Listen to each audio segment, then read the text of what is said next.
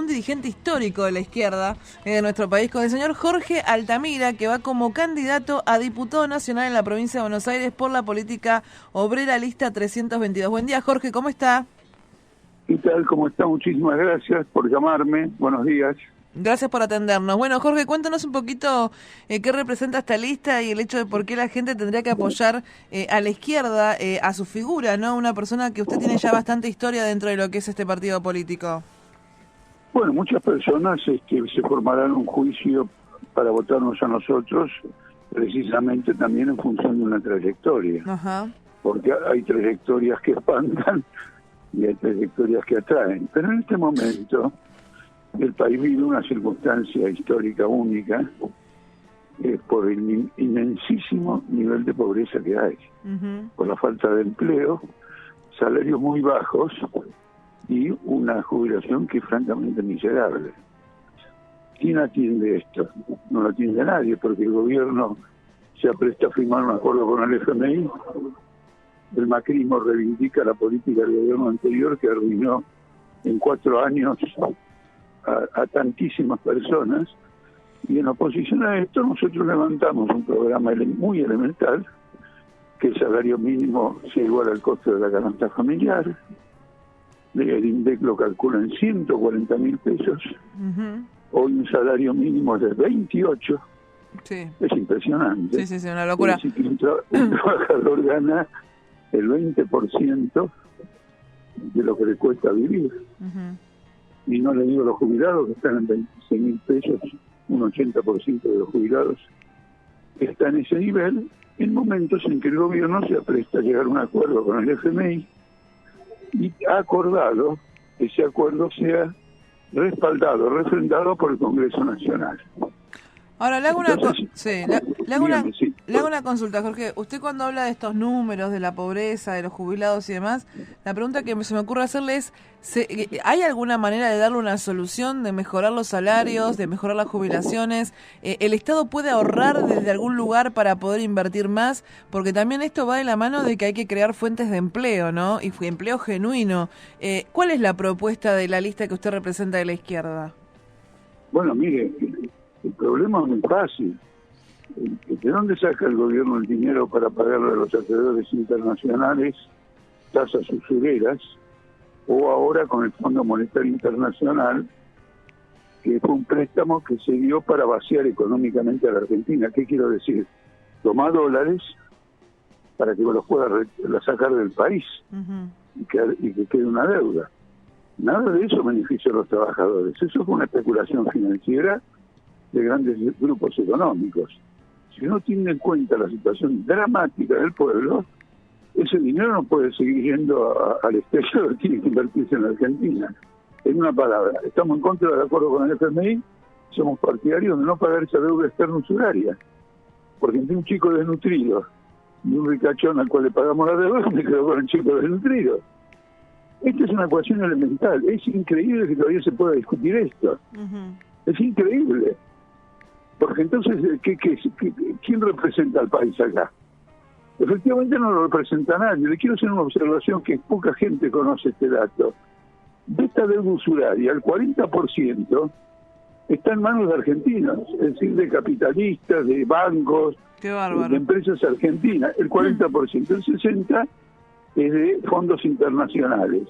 Dentro de nuestro país se le está pagando a un grupo minoritario una fabulosa suma de dinero, mientras ocurre lo que todos sabemos que ocurre: pobreza, desnutrición, falta de vivienda, hacinamiento, crisis del sistema de salud, una educación pública considerablemente inferior a la privada, pero porque nadie, quiero decir, se ha privatizado la educación. En Chile eso ha provocado una rebelión. ¿No es cierto? Porque hay que pagar aranceles para ir a una educación privada. Bueno, nuestro planteo es muy sencillo, porque acá tiene que haber un cambio completo. A ver, acá no se trata de pintar las paredes, acá se trata de reconstruir un edificio. Sí, entonces nuestro planteo en ese sentido es rotundo y es el que corresponde a la situación que estamos viviendo ahora. Mire, le cuento esto: cuando hicimos un congreso para ir a estas elecciones, dijimos lo siguiente: no vamos a presentar un programa completo, enorme, etcétera. ¿Qué vamos a hacer con la hidrovía? ¿Qué vamos a hacer con esto? ¿Qué vamos a hacer con lo otro? Tenemos que presentar el programa de modo que nadie pierda el eje de la situación. El eje de la situación es la pobreza. Salarios muy bajos, flexibilización laboral, la transformación del obrero con su derecho laboral en monotributista. Es decir, que ahora paga impuestos. Por ejemplo, los jóvenes que llevan el delivery de un lado a otro pagan impuestos por su trabajo, porque son monotributistas. Ellos se tienen que hacer su propio aporte a la jubilación y ellos se tienen que hacer su propio aporte a la salud. Quiere decir que hay una degradación de la fuerza de trabajo que se va llevando adelante contra toda norma legal, pero que va a adquirir legalidad con el acuerdo del Fondo Monetario Internacional. Una locura. Entonces, imagínense, es una locura. Coincido totalmente con usted, y con este planteo sencillo invitamos a la ciudadanía que nos vote para pasar las pasos, luego a las elecciones generales, en el entendimiento que en el Congreso Nacional vamos a desempeñar un poderoso papel, porque no solo vamos a discutir leyes y distintas opciones que se discuten en un Congreso, sino que nos vamos a servir del Congreso como tribuna política. Así como el presidente y la vicepresidenta hacen propaganda de sus puestos ejecutivos, nosotros vamos a hacerlo del Congreso, llamando al pueblo a no tolerar estos avasallamientos que ya son imposibles de tolerar. Cuando usted habla de avasallamientos, también está hablando, me imagino, del hecho de tener una mejor oportunidad dentro de 2 años, ¿no? Porque estamos hablando de una elección intermedia y en 2 años se volvería a elegir presidente para todos los argentinos. El Congreso... Bueno, mire, es un... usted me hace una reflexión que no me la hizo ningún periodista hasta ahora, y entonces quiero aprovechar la oportunidad. Evidentemente en 2 años va a haber elecciones, etcétera. No es lo que está en nuestra cabeza, pero no simplemente por la respuesta que dan muchos políticos: 2 años en la Argentina es un siglo, 2 años falta mucho, etcétera. Por otra razón, aquel problema es atacar la pobreza ahora, no especular con el interés de nuestro partido en cómo llegamos de aquí a 2 años. Cuando un partido tiene un interés particular, ya está sonado, ya perdió el rumbo. Porque la función política de un partido, por lo menos de un partido obrero, de un partido socialista como el nuestro, que va en las elecciones como político obrera, es justamente desarrollar conjuntamente con los trabajadores una opción política para la inmensa mayoría. No es un interés personal, hemos dedicado toda nuestra vida a insuflar ideas que tienen que ver con una emancipación del trabajo. Nada que ver con nuestra vida personal, nada que ver con un interés, como llego, que cobre y todo lo demás. La prueba está que nosotros renunciamos a la dieta monumental que hay y nos limitamos, cuando fui legislador por lo menos, a cobrar lo que entendemos que está cobrando en media, o a lo sumo como tope, un trabajador. Es un principio que viene socialista de hace 200 años, 150 años. Le hago una consulta. Hoy el hecho de esta oposición y este gobierno que tenemos de un lado al frente de todos, junto con, y en la vereda de enfrente estaría como solamente la gente de Juntos, cuando se olvidan de otros partidos políticos, como por ejemplo la izquierda, en algún punto porque a veces uno siente como ciudadano, como comunicador, que es como que se tiran de un lado y del otro con municiones gruesas, pero cuando uno tendría que ver resultados, pareciera que terminan arreglando entre ellos. ¿Por qué digo esto? Porque y le pregunto cuál es su mirada sobre esto, porque a veces el común de la gente, a uno le puede faltar mucha información de estos temas, ¿no? Pero hace años que se vienen denunciando, a Cristina Kirchner la han denunciado con 25.000 cosas, mientras Mauricio Macri estuvo en el gobierno, hizo todo lo posible para armar denuncias, para hacer causas y demás. Salió Mauricio Macri, pasa lo mismo con él. Ahora, nadie va preso en este país. Además, lo peor de todo es que ninguno de los legisladores, que muchas veces están sospechados de actos de corrupción y demás, vuelven a ser precandidatos en otras listas. Entonces, como que digo, es como mucho circo, es como que yo siento como que a veces nos siguen entreteniendo con cáscaras de bananas, mientras muchos de ellos siguen haciendo negocios millonarios. Y lo hacen entre ellos también. Por ejemplo, hay mucha privatización en la ciudad de Buenos Aires del suelo, para grupos como IRSA, para otros grupos, que adornan con dinero a ambos lugares de la dieta. Por eso sale en la legislatura, cambios en las normas de edificación favorables a los grupos económicos que votan frente de todos y Juntos por el Cambio. Eso es absolutamente así. Ahora le quiero señalar una cosa interesante. Acá el único que consiguió una condena en un lapso rapidísimo, solo 2 años, fuimos nosotros cuando asesinaron a nuestro compañero Mariano Ferreira, un joven de 24 años, que estaba en una lucha con ferroviarios, y lo asesinó una patota de Pedraza, que ya murió, y nosotros hicimos una movilización y Pedraza fue condenado a 15 años de cárcel en 2 años.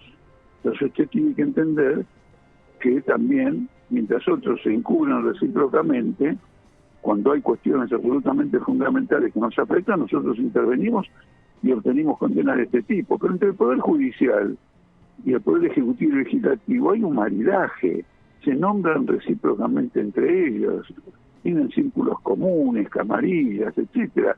Con este régimen político usted tiene un cumpleaños como el del presidente, o tiene las cosas que ha hecho Macri con su Caputo, que era presidente del Banco Central, en donde los primeros en que eran avisados de que iba a haber una devaluación del peso, y por lo tanto que cambiaran rápido los pesos por dólares, eran los amigos de Caputo y de Macri.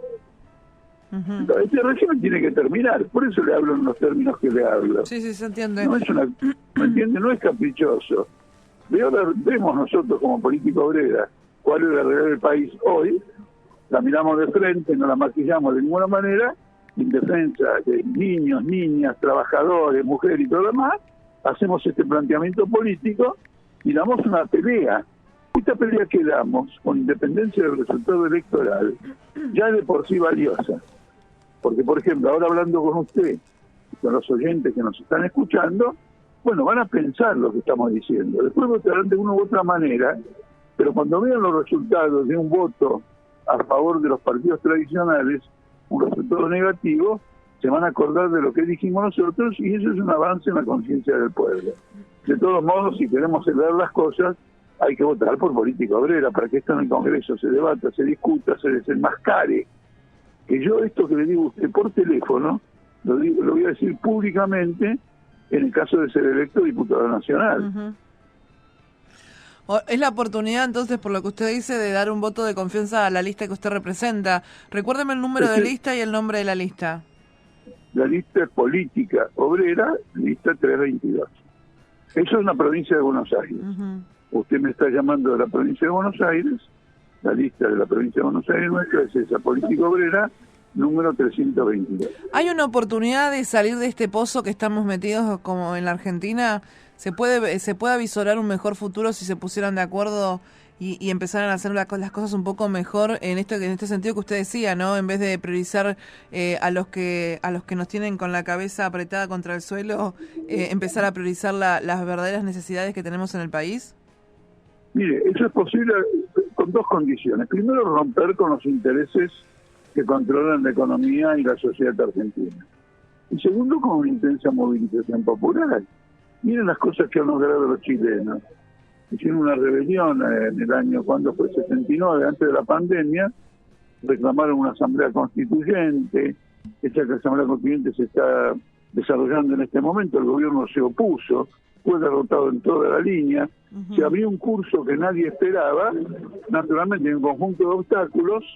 Ahora no podría entrar en detalle porque no es el tema nuestro en este momento, pero esa rebelión provocó un cambio gigantesco con perspectiva futura.